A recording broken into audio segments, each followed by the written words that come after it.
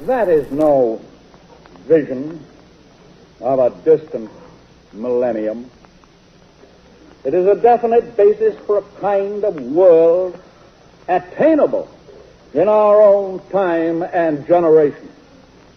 That kind of world is the very antithesis of the so-called new order of tyranny which the dictators seek to create with the crash of a bomb. Our government has now given up the concept of right and wrong.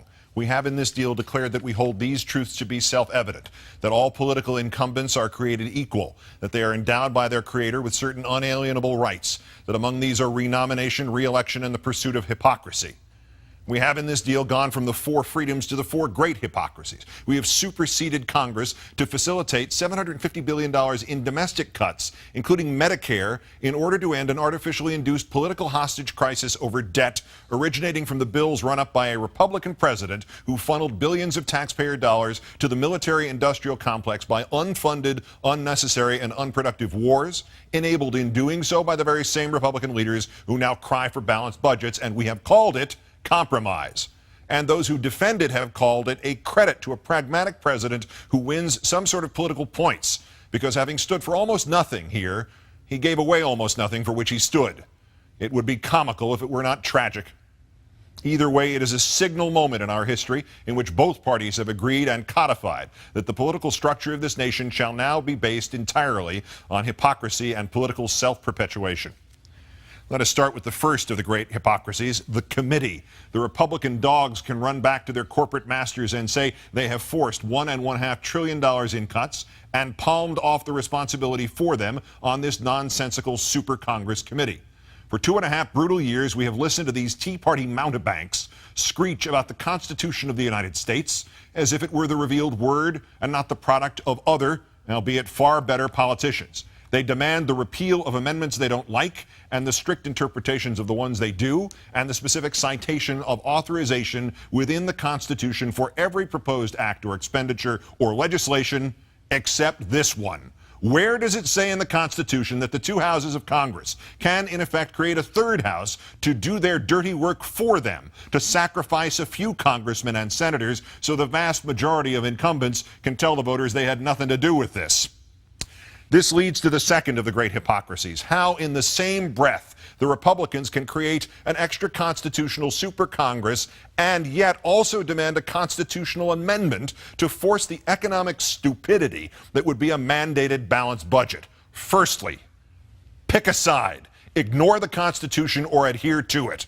And of what value would this mandated balanced budget be? Our own history proves that at a time of economic crisis, if the businesses aren't spending and the consumers aren't spending, the government must spend.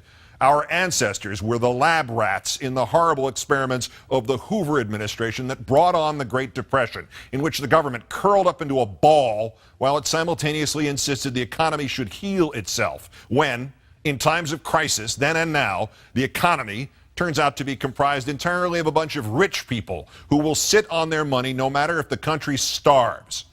Forgotten in the Republican voodoo dance, dressed in the skins of the mythical balanced budget, triumphant over the severed head of short-term retrenchment that they can hold up to their moronic followers, are the long-term implications of the mandated balanced budget. What happens if there's ever another war, or another terrorist attack, or another natural disaster, or any other emergency that requires a government to spend $1 more than it has? A constitutional amendment denying us the right to run a deficit is madness, and it will be tested by catastrophe sooner than any of its authors with their underdeveloped imaginations that can count only contributions and votes can contemplate. And the third of the great hypocrisies is hidden inside the shell game that is this super Congress. The super Congress is supposed to cut evenly from domestic and defense spending. But if it cannot agree on those cuts, or Congress will not endorse them, there will be a trigger that automatically cuts $1.2 trillion or more. But those cuts will not necessarily come evenly from the Pentagon. We are presented with an agreement that seems to guarantee the gutting of every local sacred cow from the Defense Department, except if the congressmen and senators to whom the cows are sacred disagree and overrule or sabotage the super Congress, or except if for some reason a 12-member committee split evenly along party lines can't manage to avoid finishing every damned vote 6-6. We're cutting defense, unless we're not. The fourth of the great hypocrisies is the evident agreement to not add any revenues to the process of cutting.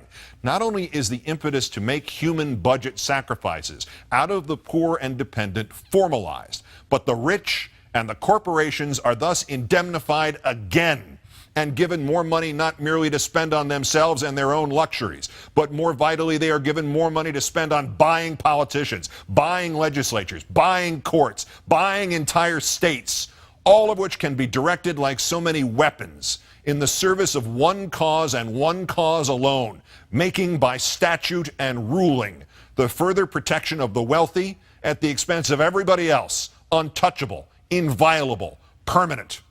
The White House today boasted of loopholes to be closed and tax breaks to be rescinded later by a committee that is yet to be formed. There are no new taxes except the stealth ones enacted on 99 out of 100 Americans by this evil transaction. Every dollar cut from the safety net is another dollar added to the citizen's cost for education, for security, for health, for life itself. It is another dollar he can't spend on making a better life for himself, or at least his children. It is another dollar he must spend instead on simply keeping himself alive. Where is the outrage over these great hypocrisies? Do you expect it to come from a corrupt and corrupted media for whom access is of greater importance than criticizing the failure of a political party or defending those who don't buy newspapers or can't leap website paywalls or could not afford cable TV? Do you expect it to come from a cynical and manipulative political structure? Do you expect it from those elected officials who no longer know anything of government or governance, but only perceive how to get elected or how to pose in front of a camera and pretend to be leaders? Do you expect it from politicians themselves who will merely calculate whether or not it's right based on whether or not it will get them more contributions? Do you expect it will come from the great middle ground of this country with a population obsessed with entertainment, video games, social media, sports, and trivia? Where is the outrage to come from? From you. It will do no good to wait for the politicians to suddenly atone for their sins. They're too busy trying to keep their jobs to do their jobs. It will do no good to wait for the media to suddenly remember its origins as the free press, the watchdog of democracy envisioned by Jefferson. They are too busy trying to get exclusive details about exactly how the bank robbers emptied the public's pockets to give a damn about telling anybody what they looked like or which way they went. It will do no good to wait for the apolitical public to get a clue. They can't hear the clue through all the chatter and scandal and diversion and delusion and illusion. The betrayal of what this nation is supposed to be about did not begin with this deal, and it surely will not end with this deal.